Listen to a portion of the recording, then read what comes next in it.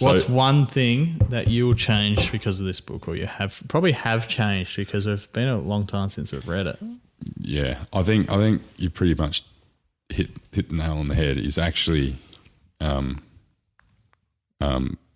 writing down the principles. Yeah, actually put them down on paper. Put them somewhere that they can be challenged, or put them somewhere that you can challenge them, or that you can remember them, or when you want to talk about them, you can easily recall them. I think that's number one.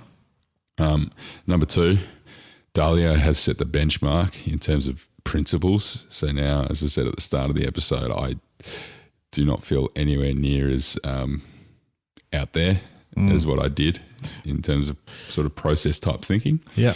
And then the other piece was, and I think this maybe comes from that sort of mindful nature that you're talking about.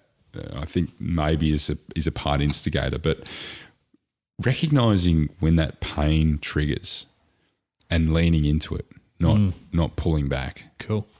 Because I think that's the crux, and certainly that pain plus, reflection equals progress. That can't happen if you don't see the pain. Yeah. And then if you don't lean into the pain. That's cool. What about you? I think the biggest thing I've done is start reflecting more and trying to be more open about and honest with myself about different things, the way I'm acting or doing, and trying to see things objectively. Really work on that reflection piece, I think. That's the one thing I've done. Has there been any sort of notable examples that, ways you used to act versus now how you do act in a situation? I think that that's a tricky question. Absolutely.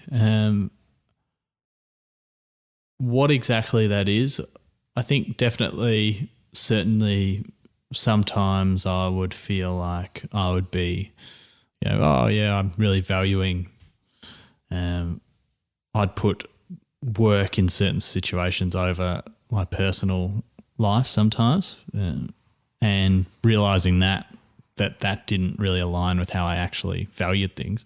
I'll switch that up quite a lot.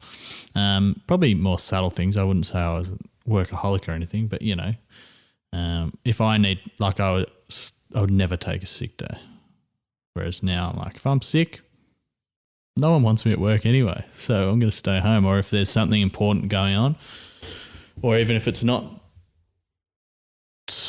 like life or death, I'll take the day off and deal with it, And trying to realign that a little bit was probably one of the big ones for me. So, that's a really interesting one, right? Because that whole sick day thing, no one else wants you there. No. You don't want to be making people sick. The reason you still go to work is there's this sort of concern about how others think, but I think it's partly that thinking. For me, it's like thinking that the whole world's going to crash down if I'm not there. No, everyone's fine. Still going. It's doing its thing. They're smart people. They'll figure it out. Yeah. Like, I'm not that important. Fuck. It's kind of like, hey, that's the ego. You got to dumb that down. So, and the control freak. So, but it's a good journey. If you really embrace some of this stuff, I'm still trying to, but Hey, that's continual. It's a good continual journey. I'm actually excited to reread the book. I think I'm going to reread it.